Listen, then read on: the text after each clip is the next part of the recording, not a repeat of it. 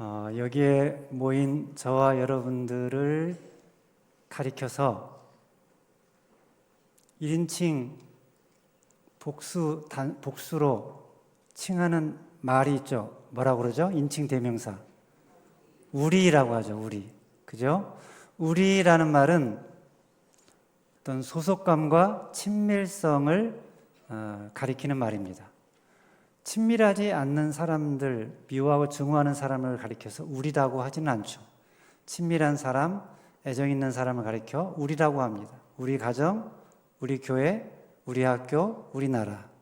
우리라는 말 속에는 이런 소속감과 친밀감이 들어 있습니다. 자, 그렇다면 이 우리라는 말은 어디에서 유래한 말일까요? 학자들에 의하면 이 우리라는 말의 어원은 울타리라고 합니다. 울타리에서 우리라는 말이 나왔는데, 여러분 울타리, 우리 하면 그 우리가 갖는 역할이 뭡니까? 그 안에 있는 것을, 우리 안에 있는 것을 보호하고 지키는 역할을 하죠. 또 우리가 있으면 뭐가 생깁니까? 구분이 생겨요. 우리 안과 우리 밖으로 구분이 생깁니다. 우리 밖에 있는 것들은 사람들은 배제를 하고 우리 안에 있는 것들을 보호하고 지키려고 하죠. 그리고 그 우리를, 자기 우리를 좋게, 아름답게, 멋있게 만들려고 노력을 합니다. 왜냐하면 그 우리가 어떠냐에 따라 우리 삶의 질이 달라질 수가 있기 때문이죠. 예를 들면 우리나라, 그럴 때 우리나라가 어떤 나라냐, 어디에 속하냐, 자유의 나라냐, 독재의 나라냐, 선진국이냐, 후진국이냐, 그런 거에 따라 내 삶의 질이 또 운명이 달라지지 않습니까? 가정도 그렇고 회사도 그렇고 교회도 그렇고 어떤 우리냐. 그래서 그 우리는 좋게 만들려고, 그리고 아름답게 만들려고 노력을 합니다. 그런 차원에서 보면 오늘 본문 2절에서 니고데모가 말한 우리에 속한 사람들은 아주 성공한 사람들이라고 할 수 있습니다. 2절에 보면 니고데모가 말을 하죠. 그가 밤에 예수께 와서 이르되 랍비여, 우리가 당신은 하나님께로부터 오신 선생인 줄 아나이다. 이 니고데모가 말한 니고데모가 속한 우리는 어떤 우리일까를 알기 위해서 먼저 니고데모가 어떤 사람인지를 우리가 알 필요가 있는데요. 1절 말씀을 같이 읽겠습니다. 시작. 그런데 바리새인 중에 니고데모라 하는 사람이 있으니 유대인의 지도자라. 자, 여기 보면 니고데모가 어떤 사람이라고 그랬죠? 먼저는 바리새인이라 그랬어요. 바리새인은 어떤 사람입니까?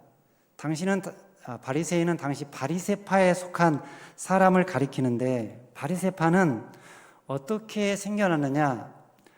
안티오쿠스 4세의 반유대적인 헬라화 정책, 거기에 반하여 발생한 경건주의 운동, 그게 하시딤 운동인데 거기서 기원을 했어요. 그래서 이 사람들은 아주 전심을 다해서 율법을 연구하는 사람들로 또 민족애가 강한 사람들이었어요. 아무리 왕가라 할지라도 비도덕적이고 비윤리적인 행태를 보이면 하나님의 백성다운 자태를 지키기 위해서 목숨 걸고 저항했던 사람들이 바로 바리새인들입니다. 그리고 그들의 종교는 겉으로 보기에 거의 완벽에 가까웠다고 그래요. 그래서 빌립보서 3장 6절 말씀에 보면 바울이 과거에 바리새인이었던 자기를 소개하면서 뭐라고 말합니까? 열심으로는 교회를 박해하고 율법의 의로는 흠이 없는 자라. 그러니까 바울만 그랬던 것이 아니라 바리새인들이 주로 이렇게 살았다는 거예요. 율법에 흠이 없을 정도로 거의 완벽하게 지키려고 노력을 한 사람들이 바리새인들이었다는 거예요. 니고데모가 그런 사람이었다는 거예요. 그리고 니고데모는 또 어떤 사람이라고 그러느냐? 유대인의 지도자라 그랬어요. 그래서 지도자라는 말은 헬라어로 아르콘이라고 하는데요. 당시에 유대에 있었던 산헤드린 공회의 공의원을 가리키는 말입니다. 산헤드린은 예루살렘에 있었던 70인으로 구성된 유대인들의 최고 의결기관, 그게 산헤드린이에요. 그 산헤드린의 회원 가운데 한 사람이 바로 니고데모였다는 것입니다. 굉장히 지위가 높은 사람이었다는 거죠. 가문도 좋았어요. 유대 역사가 요세푸스의 고대사나 그리고 요아킴 예레미야스의 책을 보면 이 니고데모의 가문이 등장을 합니다. 니고데모의 가문이 얼마나 큰 역할을 했으면, 얼마나 유명한 가문이었으면 역사 속에까지 나오겠습니까? 그만큼 니고데모는 가문이 좋았다는 거예요. 그리고 니고데모는 상당히 부자였습니다. 예수님이 십자가에 죽으실 때 아리마대 요셉과 니고데모가 함께 와서 장사를 지내는데 그때 모략과 침향 100근을 가져왔다고 그랬어요. 이 모략과 침향은 당시에 굉장히 비싼 물품이었는데 100근을 사서 왔을 정도로 니고데모는 부자였다는 거예요. 거기다가 예수님이 이스라엘의 선생이라고 칭할 정도로 교육을 많이 받은 학자였습니다. 그러면서도 동시에 그는 아주 겸손한 사람이었어요. 왜냐하면 바리새인이고 부자고 높은 벼슬을 하고 있었던 그이면서도 30살을 갓 넘긴 젊은 목수 예수에게 랍비라는 호칭을 붙이고 있기 때문이에요. 그리고 일부러 그 예수님을 찾아온 것을 보면 알 수가 있죠. 당시 랍비는 그냥 되는 것이 아니라 랍비 학교에서 고등교육을 받아야 될 수 있었는데 예수님은 랍비 학교는커녕 정규교육도 전혀 받지 못한 가난한 목수였어요. 그런데 그 큰 학자가 이스라엘의 선생이라고 불리는 사람이 젊은 예수님께 와서 선생님이라고 부른 거예요. 그만큼 니고데모는 또한 겸손한 사람이었다는 거죠. 자, 이쯤 되면 니고데모는 어떤 사람입니까? 사람들이 가지고 싶어하는, 부러워하는 것들을 다 가진 사람이에요. 지위도 명예도 부도 인격같이 골고루 갖춘 사람이에요. 그러니 당시에 니고데모는 아주 수준이 높은 상위층 고지에 올라있는 탑 클래스에 속한 사람이라고 할 수 있습니다. 그러니 그 니고데모와 같은 그룹에 속한 사람이 있다면, 그 서로를 우리라고 칭하는 관계에 있다면 그 사람은 참 부러움을 한 몸에 받는 복된 존재일 것입니다. 그런 우리가 바로 니고데모가 2절에서 표현한 우리라는 거예요. 그런데요, 성경은 그런 우리를, 그런 자들을 가리켜 한마디로 뭐라고 하느냐? 그래봤자 인간이다, 그래봤자 사람이다 라고 평가를 합니다. 1절 말씀입니다. 바리새인 중에 니고데모라 하는 사람이 있으니, 니고데모가 있으니 그럴 수도 있는데 니고데모라 하는 사람이 있으니 안트로포스라는 단어를 굳이 성경에서 써놓은 이유가 무엇일까요? 니고데모가 어디에 속한 존재인지를 알려주기 위해서 그래요. 여러분, 요한복음 앞부분을 보면 2장, 3장을 보면 예수님이 인정하지 않은 사람들의 모습이 나타나고 있는데요. 그게 상징적으로도 직접적으로도 나타나고 있는데요. 예를 들면 가나 혼인잔치집에 놓여있던 6개의 돌 항아리, 그리고 포도주가 떨어진 잔치집, 성전에서 개인의 욕망과 이윤을 추구하는 종교 행위를 하는 자들, 그러면서도 주를 믿는다고 하나님의 종이라고 착각하는 자들, 다른 말로 오직 표적을 보기 원하고 표적을 추구하는 사람들, 그런 사람들의 대표로 지금 니고데모라는 사람이 등장하고 있는 거예요. 그래서 니고데모가 자기를 나라고 하지 않고 우리라고 지금 표현하고 있는 거예요. 사람들은 이 니고데모가 속한 그룹에, 그가 우리라고 말하는 이 그룹에 속하기를 원해요. 부러움의 대상들이에요. 근데 성경은 그 니고데모가 어떤 사람이냐, 어디에 속한 자냐라고 말을 합니까? 어둠에 속한 자, 밤에 속한 자라고 말을 합니다. 2절 말씀을 같이 읽겠습니다. 시작. 그가 밤에 예수께 와서 이르되 랍비여, 우리가 당신은 하나님께로부터 오신 선생인 줄 아나이다. 하나님이 함께 하시지 아니하시면 당신이 행하시는 이 표적을 아무도 할 수 없음이니이다. 자, 여기 보면 니고데모가 예수님을 찾아오는데 언제 찾아왔다고 그랬죠? 밤에 찾아왔다고 그랬어요. 왜 밤에 찾아왔을까요? 밤은 어떤 때입니까? 어두울 때, 잘 보이지 않을 때. 그러니까 뭔가 보이고 싶지 않은, 나타내고 싶지 않은, 은밀하게 행하고 싶을 때 밤에 뭔가를 하잖아요. 아마 니고데모도 자기 신분이나 지위가 있기 때문에 예수님을 찾아온 것을 사람들 몰래 하려고 은밀하게 사람 눈을 피해서 밤에 찾아왔을 가능성이 있습니다. 그런데 그런 이유도 있겠지만 우리가 여기서 기억해야 할 것은 이 밤이라는 단어가 갖는 상징성입니다. 요한복음에 보면 요한은 요한복음을 기록하면서 단어 하나를 쓸 때 그냥 쓰지 않고 그 단어 하나를 메시지화해서 사용을 하는데요. 그래서 요한복음에 나오는 언어들은 상징적인 의미를 지니고 있어요. 자, 그렇다면 요한복음에서 밤, 어두움은 무엇을 상징할까? 무엇을 상징할까요? 하나님을 알지 못하는, 하나님의 생명으로부터 떠나 있는 자들이나 그러한 상태를 가리키죠. 진리를 알지 못하는 무지한 상태, 악의 영향 아래에 있는 상태, 그런 상태를 가리켜 밤, 어두움이라고 표현을 하는 거예요. 자, 그래서 요한복음 13장 30절 말씀을 보면 유다가 예수님을 팔기 위해서 다락방을 나섰을 때 뭐라고 표현합니까? 유다가 그 조각을 받고 곧 나가니 밤이러라 그랬어요. 밤이라는 단어를 일부러 사용하고 있어요. 이때뿐만 아니라 요한복음을 여러분이 전체적으로 쭉 보면 빛이신 예수님과 어둠이신 세상을 자주 대조시키는 것을 볼 수 있는데요. 대표적으로 두 것을 본다면 요한복음 1장 5절을 읽겠습니다. 시작. 빛이 어둠에 비추되 어둠이 깨닫지 못하더라. 8장 12절도 보겠습니다. 시작. 예수께서 또 말씀하여 이르시되 나는 세상의 빛이니 나를 따르는 자는 어둠에 다니지 아니하고 생명의 빛을 얻으리라. 자, 이런 대조 속에 지금 니고데모가 밤에 찾아왔다.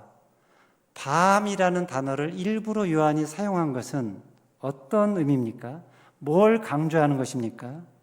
지금 사람들이 세상이 부러워하는, 사람들이 빛이라고 여기고 있는 지위, 명예, 성공, 부 같은 세상적인 어떤 힘을 가진 게 결코 빛일 수 없다라는 것을 강조하고 있는 거예요.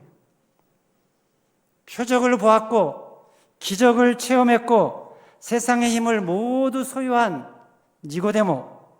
그러나 이 니고데모의 영적인 상태가 밤이었다는 거예요. 여러분, 성경이 이것을 밝힌 이유가 뭔가요? 그런 것들이, 니고데모가 가지고 이룬 것들이 인간적인 경력이나 명예나 지식이나 부나 공로가 인간의 구원과는, 하나님 나라에 들어가는 것과는 전혀 상관이 없고 어떤 기여도 할 수 없다라는 것을 보여주고 있는 거예요. 3절 말씀이 그 말씀이에요. 3절 말씀을 같이 읽겠습니다. 시작. 예수께서 대답하여 이르시되 진실로 진실로 내게 이르노니 사람이 거듭나지 아니하면 하나님 나라를 볼 수 없느니라. 많은 사람들이 지위, 명예, 권력, 부를 얻는 것, 그것은 아주 헌신을 많이 한, 노력을 많이 한 결과로 하나님께서 그 사람에게 주신 복으로, 상으로 받는 것이라고 착각을 하고 있는데 아니라는 거예요. 물론 그렇다고 세상적인 힘이나 지위나 명예나 권력이나 지식을 소유한 사람들이 다 밤에 속한 사람들이냐, 그렇다는 것은 아니에요. 그런 것들은 얼마든지 세상에서 누리는 상일 수가 있어요. 그런데 그런 것들이 아무리 많아도 아무리 커도 그게 결코 구원의 증거로, 복받은 증거로, 복받은 자의 증거로 쓰일 수 없다는 거예요. 니고데모도 니고데모가 가지고 있는 그 모든 배경, 그 조건, 그 모든 화려한 거, 유명한 거, 큰 거, 그것을 아무리 많이 가지고 있다 할지라도 그가 만약 하나님의 자녀로 거듭나지 못한다면 그 모든 것은 다 배설물의 쓰레기에 지나지 않는다는 것을 얘기해 주는 거예요. 네가 지금 많이 배워서 율법에 대해서 박사가 되었고, 넌 지금 선생으로서 가르치는 자리에 있고, 열심까지도 있고, 너에게는 재산도 있고, 명예도 있고, 인기도 있고, 평판도 좋은, 가질 것은 다 가졌는데, 그런데 아무리 그럴지라도 하늘로부터 내려오는 하나님의 은혜를 받지 않으면 네가 가지고 이룬 것들은 배설물과 쓰레기에 지나지 않는다. 그런 것들이, 그런 인간의 공로가, 노력이, 행위가 거듭나는 것에 대해서는, 구원받는 것에 대해서는 단 1%도, 아니 0.001%도 영향을 못 미친다는 거예요. 자, 그러니 여러분 가운데 혹시 나도 저 니고데모가 가지고 있는, 니고데모가 이룬 것을 나도 이루고 나루고 가지고 있다면, 저 니고데모의 그룹에 속해 있다면 얼마나 좋을까. 그런데 나는 그런 그룹에, 그런 상류층에 속해 있지 못해. 그런 우리에 들지 못해. 그렇다고 슬퍼하거나 낙심하지 말라는 것입니다. 그런 것들은 아무리 크고 아무리 많아도 다 이 세상에 있는 것들이고 잠깐 있다가 사라지는 것들이다. 결코 영원한 것이 아니라는 거예요. 그러므로 내가 진정으로 사모하고 내가 진정으로 소속되기를 바라는 우리는, 이 우리가 아니라, 니고데모가 속한 우리가 아니라 다른 우리라는 거예요. 니고데모의 우리와는 다른, 그와는 비교가 안 되는, 절대적으로 변하지 않는, 영원히 좋은 그 우리에 속해야 한다는 거예요. 그 우리가 어떤 우리인가? 11절 말씀을 같이 읽겠습니다. 시작. 진실로 진실로 내게 이르노니 우리는 아는 것을 말하고 본 것을 증언하노라. 그러나 너희가 우리의 증언을 받지 아니하는도다. 자, 여기서 예수님 말씀하신 우리, 이 우리는 누구를 가리킬까요? 학자들의 여러 견해가 있는데요, 하나님과 예수님 그리고 성령님을 가리키는 삼위일체적인 복수다라는 견해가 있고요, 그리고 예수님과 세례 요한을 가리킨다라는 견해도 있고, 그리고 예수님과 그의 제자들 전체를 가리킨다라는 견해도 있습니다. 그리고 오늘 시각에서 본다면 예수를 믿는 모든 그리스도인들 전부를 다 포함하는 말이라고 할 수도 있습니다. 그렇다면 너희는 누구입니까? 1차적으로는 앞에서 니고데모가 말한 우리예요. 그러니까 니고데모가 속한 바리새인들을 말하죠. 더 나아가서 니고데모가 대표하는 모든 유대인들을 포함할 수 있고요, 좀 더 확장한다면 예수를 믿지 않는 모든 사람들을 다 포함한다고 할 수 있겠습니다. 그러면 지금 예수님과 니고데모와의 대화는 어떤 대화냐? 기독교와 유대교와의 대화일 수도 있고요, 그리스도인과 비그리스도인의 대화로도 확장해 볼 수 있고요, 그리고 예수님과 전 인간 전체와의 대화로도 볼 수 있습니다. 지금 예수님께서 인간 전체를 상대로 구원에 관한 대화를 나누고 있는 거예요. 그 대화 내용이 무엇입니까? 11절에서 뭐라고 했습니까? 우리는 아는 것을 말하고 본 것을 증언하노라. 여기서 우리가 아는 것, 우리가 본 것이 무엇일까요? 예수님 입장에서 세상에 대해서, 세상의 구원에 대해서 아는 것, 본 것이 무엇입니까? 세상이 창조되기 이전부터 예수님은 원래 계셨고 하나님과 함께 하셨고, 하나님과 함께 세상을 창조하시고 이 세상에 지금도 생명을 부여하시고 육신을 입고 이 세상에 내려오셔서 인류 구원의 완성하신 분이죠. 그것이 예수님의 본질이고 예수님의 정체성이라는 거예요. 태초부터 계셔서 진리를 보고 아신 분, 바로 그분의 증언이라는 것입니다. 이것을 사도 요한이 요한일서 1장 1절에서 동일하게 증언하고 있는데요. 같이 읽겠습니다. 시작. 태초부터 있는 생명의 말씀에 관하여는 우리가 들은 바요, 눈으로 본 바요, 자세히 보고 우리의 손으로 만진 바라. 태초부터 있었던 생명의 말씀을 눈으로 보고 귀로 듣고 손으로 만졌다. 그렇게 표현합니다. 무슨 말입니까? 그만큼 확실하다는 거죠. 확실하게 보고 듣고 알았다는 거죠. 그러니까 요한복음에서 예수님이 본 것과 요한이 보고 듣고 만진 것이 같다는 거예요. 동일하다는 거예요.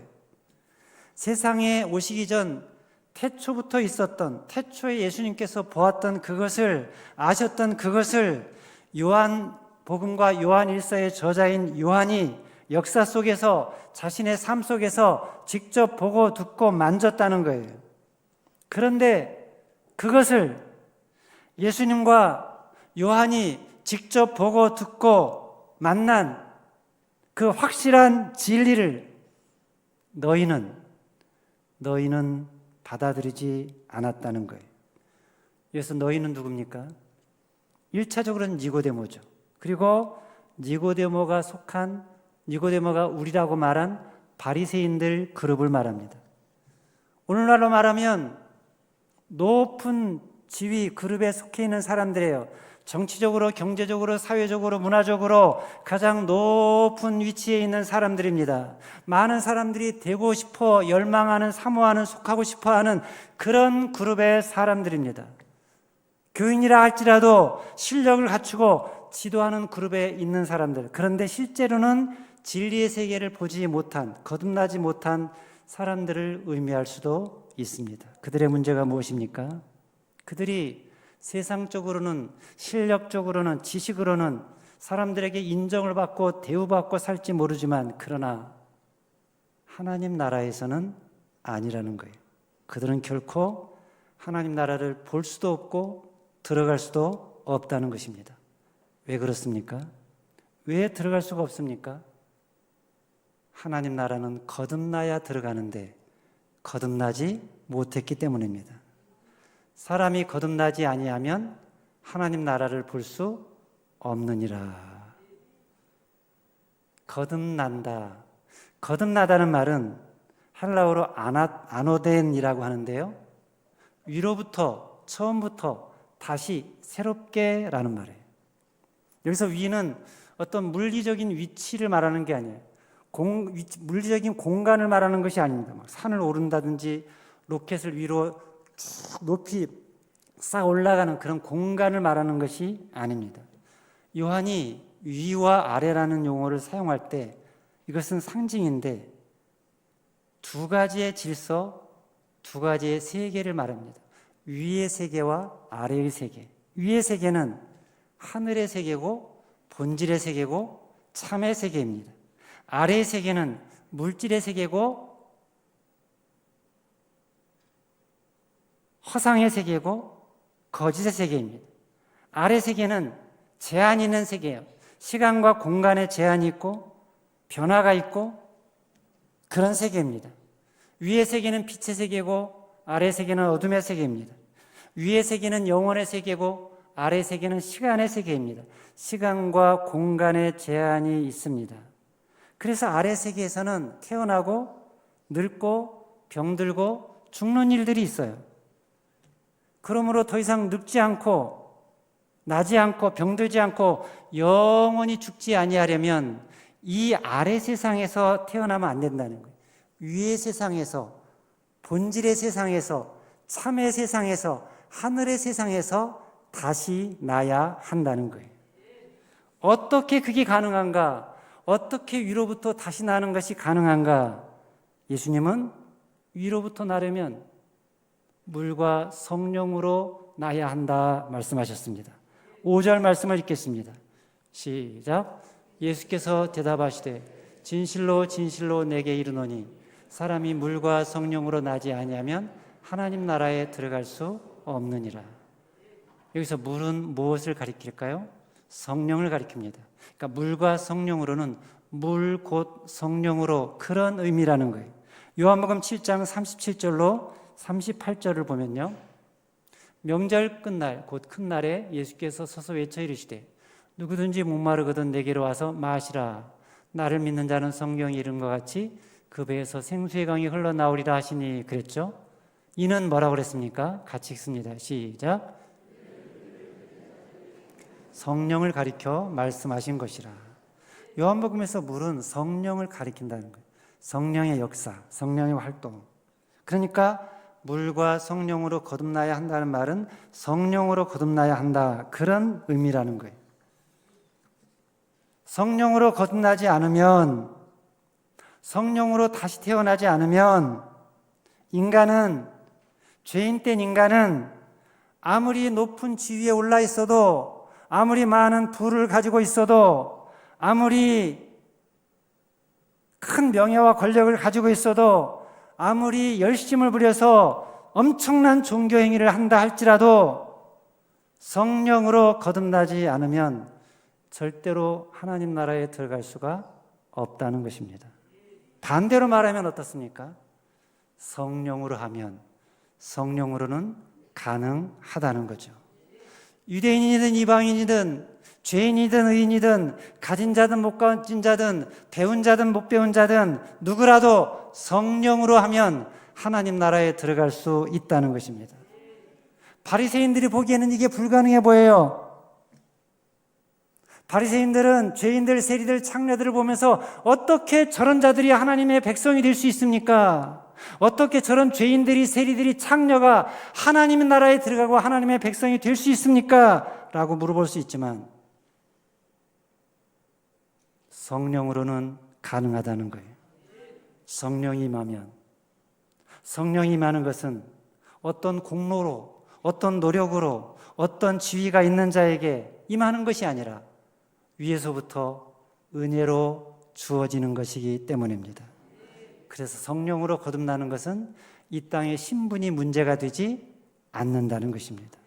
성령으로 거듭나는 것은 완전히 새로운 질서 속으로 들어가는 것이기 때문이에요. 그 질서 속으로 들어가면 모든 것이 달라지고 바뀌어집니다. 먼저 자기 정체성이 달라져요. 우리는 이 땅에서는, 전에는 자기 정체성을 어디에서 찾습니까? 내가 뭘 가졌느냐, 뭘 소유했느냐, 뭘 이루었느냐, 지위나 명예 같은 데에서, 다른 사람의 관계에서 자기의 정체성을 찾았는데, 그런데 거듭난 후에는 그런 것이 상관없이 나는 하나님의 자녀다, 하나님의 백성이다 라는 데서 정체성을 찾게 되는 거죠. 가치관도 달라지고 인생관도 달라져요. 모든 것의 기준이 자기 중심에서 하나님 중심으로 바뀌어집니다. 세상 중심에서 하나님 나라 중심으로 바뀌어지고, 전에 귀하던 것이 천하게 여겨지고, 전에 좋아하던 것을 싫어하게 됩니다. 삶의 방향도 완전히 달라져요. 하나님을 사랑하고 교회 나가는 것을 즐거워하게 되고, 예배가 즐거워지고, 말씀이 좋아지고, 기도하는 것이 좋아져요. 성경이 읽어지고, 입술에서 찬송이 막 흘러나옵니다. 자기가 죽기 때문에 겸손해지고, 무엇보다 사랑이 넘칩니다. 요한일서 5장 1절 말씀을 보겠습니다. 시작. 예수께서 그리스도이심을 믿는 자마다 하나님께로부터 낳은 자니 또한 낳으신 이를 사랑하는 자는 그에게서 난 자를 사랑하느니라. 거듭난 자는 이런 표시들이 나타난다는 거예요. 이런 증거들이 나타난다는 거예요. 바람이 어디에서 시작해서 어디로 가는지 모르지만 바람이 불면 그 바람을 느끼듯이 알듯이, 아, 바람이 부는구나. 성령으로 거듭난 자도 어떻게 났는지 그 신비로운 것이라 잘 모르지만 증거가 있다는 거예요. 증거를 보면 아, 이 사람이 거듭난 사람이구나 라는 것을 알 수 있다는 것입니다. 사랑하는 여러분, 여러분에게는 이런 증거가 있습니까? 여러분은 그리스도를 사랑하십니까? 여러분 마음속에 그 사랑이 막 있습니까? 넘쳐나는 것입니까? 다른 것이 아니라 예수 그리스도, 그분과 함께하는 것만으로도 여러분 마음에 기쁨이 있고 감사가 있고 즐거움이 있고 행복하십니까? 그렇다면 여러분은 분명히 거듭난 사람들입니다. 그럼 여러분은 예수님의 우리에 속한 사람들입니다. 그러면 이 세상에 여러분이 어떤 곳에 있든지, 세상에 어떤 우리에 속해 있든지 상관이 없습니다. 우리가 이 세상에서 얼마나 많은 것을 이루고 얼마나 많이 이루고 누리고 사느냐, 이게 중요한 것이 아니라는 거예요. 내 가슴에 하늘을 품고 하늘의 기쁨을 가지고 하늘의 영광을 가지고 살아가면 땅의 현실은 전혀 문제가 되지 않는다는 것입니다. 그게 바로 예수님이 말씀하신 우리에 속한 사람들의 정체성이라는 거예요. 저는 이 정체성이 오늘 여러분에게 있게 되기를 바랍니다. 예수님의 우리에, 예수님이 말씀하신 그 우리에 내 이름이 들어가 있다는 것으로 기뻐하라는 거예요. 예수님의 우리에 저와 여러분들이 포함되어 있다는 거예요. 물론 예수님 당시에는 그 우리 속에 포함된 사람들이 많이 있지 않았지만 예수님은 그 우리라는 단어 속에다가 하늘의 별처럼 바다의 모래처럼 많아지게 될 하나님의 백성들 모두를 다 품고 계시다는 거예요. 그 우리 속에 저와 여러분들의 이름이 들어가 있다는 거예요. 여러분, 그 예수님의 우리 속에 그 하나님 나라의 윗세상의 참의 세계, 본질의 세계에 내가 속해 있다, 내가 들어가 있다. 이것보다 더 큰 기쁨이 어디 있겠습니까? 이것보다 더 큰 영광이 어디 있겠습니까? 이것보다 더 큰 행복이 어디 있겠습니까? 이 놀라운 기쁨과 행복이 오늘 여러분에게 있게 되기를 바랍니다. 우리가 이 땅에서 가진 것이 없더라도 살면서 가지려고 노력을 했는데 가진 것이 없다, 이룬 것이 없다, 그렇다고 실망한 필요 없다는 거예요. 세상의 지위나 명예, 부, 그런 것이 없다고 기죽을 필요가 전혀 없습니다. 땅에서 원하는 것을 얻지 못했다고, 이루지 못했다고, 충분히 갖지 못했다고 그게 패배냐 실패냐 아니라는 거예요. 우리가 땅에서 나는 것들을 충분히 얻을 만큼 어떤 능력도 없고 운도 없고 재주가 없다 할지라도 위에 있는 것으로, 위에서 하나님께서 주신 기쁨으로, 영광으로 얼마든지 당당하게 살아갈 수 있기 때문입니다. 그러므로 여러분, 이 땅에서 여러분들이 어떤 자리에 있든지, 어떤 위치에 있든지, 어떤 그룹에 속해 있든지 그런 것들에 상관하지 말고, 그런 것에 집착하지 말고, 그런 것에 매이지 말고 오직 위에 있는 것들, 위에서 하나님이 주신 변하지 않는 영원한 하나님의 영광을 나에게 주셨다는 것, 죽어도 죽지 않는 영원한 하나님 나라를 내가 소유하고 있고 그 나라의 백성이라는 이 사실에서 여러분 정체성을 가지고 자부심을 가지고 살아가시기를 바랍니다. 그래서 그 하늘 기쁨과 영광을 가지고 땅에서 일어나는 것들을 능히 다스리며 통치하며 당당하게 자유롭게 살아가는 분들이, 진정한 그런 하나님 나라의 백성들이 저와 여러분들 다 되시기를 주님의 이름으로 축원합니다. 기도하겠습니다.